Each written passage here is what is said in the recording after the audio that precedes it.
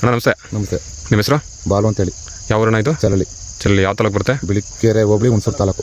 ಯಾವ ಕಂಪ್ನಿ ಯಾವ ತಳಿ ಇಟ್ಕೊಂಡಿರೋ ಕೈಯಲ್ಲಿ? ಕಂಪ್ನಿ. ಜಾವಾ ಚೆನ್ನಾಗಿದೆಯಾ? ಸೂಪರ್ ಆಗಿದೆ. ಸೂಪರ್ ಆಗಿದೆಯಾ? ಮುಂಚೆ ಎಲ್ಲ ಬೇರೆ ಬೇರೆದೆಲ್ಲ ತಳಿ ಬೆಳೀತಾ ಇದ್ರಿ? ಮೋಸ ಅಂದ್ಬಿಟ್ಟು ಹಾಂ ಈಗ ನಮ್ಮ ಅಣ್ಣ ಹೇಳೋದು ನಾನು ಹಾಕಿದ್ದೀನಿ. ಇದು ಸೂಪರ್ ಆಗಿದೆ. ನಮ್ಮ ಅಣ್ಣದು ಸೂಪರ್ ಆಗಿದೆ. ಸೂಪರ್ ಆಗಿದೆ. ಬೇರೆ ರೈತರು ಆರಾಮಾಗಿ ಬೆಳಿಬೋದಾ? ಬೆಳಿಬೋದು, ಆರಾಮ್ಸೆ ಬೆಳಿಬೋದು. ಮಿನಿಮಮ್ ಒಂದು ಪ್ಯಾಕೆಟ್ ಒಂದು ಟನ್ ಮೇಲೆ ಜಾಸ್ತಿ ಬೆಳಿಬೋದು.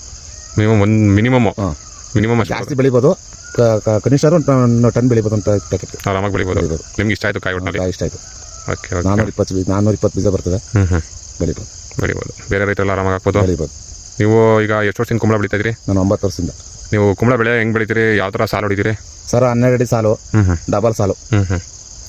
ಈ ಗಿಡದಿಂದ ಗಿಡಕ್ಕೆ ಎಷ್ಟು ಕೊಡ್ತೀರಿ ಗ್ಯಾಪ್? ಇದು ಒಂದು ಮಳ ಅಂದರೆ 1.5 ಅಡಿ 2 ಅಡಿ. ಗಿಡದಿಂದ ಗಿಡಕ್ಕೆ 1.5 ಅಡಿ 2 ಅಡಿ ಬೆಳಿತೀರಿ? ಒಂದು ಮಳ ಕಾಲ ಹಾಕೊಳ್ಳೋದು ನಾವು. ಹಾಂ. ಎಷ್ಟು ಇದು ಗೊಬ್ಬರ ಸತಿ ಕೊಡ್ತೀರಿ? 2 ಟ್ರಿಪ್ ಕೊಡ್ತೀವಿ.